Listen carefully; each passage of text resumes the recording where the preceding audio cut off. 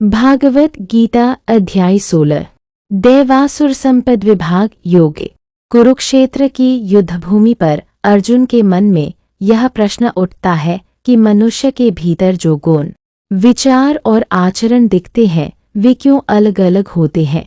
कोई दिव्य मार्ग पर चलता है और कोई आसुरी प्रवृत्तियों में गिर जाता है।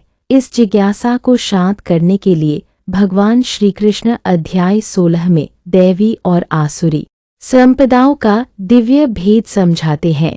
श्री कृष्ण कहते हैं, हे पार्थ, मनुष्य के भीतर दो प्रकार की प्रवृत्तियां होती हैं, दैवी संपदा और आसुरी संपदा। दैवी संपदा मुक्ति की ओर ले जाती है, जबकि आसुरी प्रकृति बंधन, दुख और अज्ञान का कारण बनती है।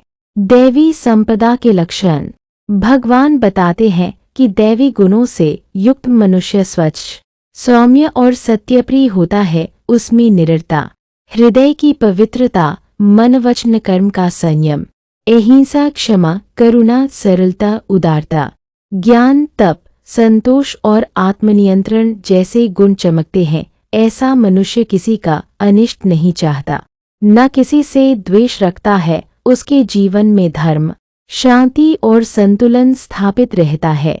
आसुरी संपदा के लक्षण इसके विपरीत श्री कृष्ण बताते हैं कि आसुरी प्रवृत्ति वाला मनुष्य अहंकारी, क्रोधी, कपटी, कठोर, राग द्वेष से भरा, धर्महीन और सत्य से विमुख होता है। वह अपने को ही श्रेष्ठ समझता है। उसे यह विश्वास होता है कि दुनिया केवल भोग और शक्ति से चलती है। ऐसा व्यक्ति वासना, लोभ और हिंसा में डूब जाता है और अंततः दुख की खाई में गिरता है।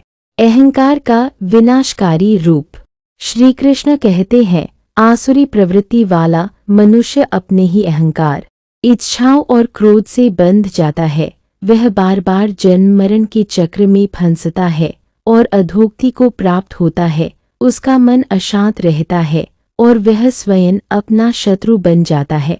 दैवी मार्ग की श्रेष्ठता भगवान अर्जुन को उपदेश देते हैं कि दैवी गुणों का पालन ही आत्मोत्थान का मार्ग है। मनुष्य का स्वभाव भले ही जन्म से लेकर कुछ बन जाए, लेकिन अपने आचरण, साधना और सत्संग से वह दैवी गुणों को विकसित कर सकता है।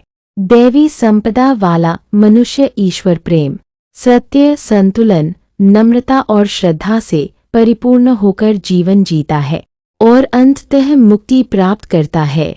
शास्त्र का महत्व अध्याय के अंत में श्री कृष्ण अर्जुन को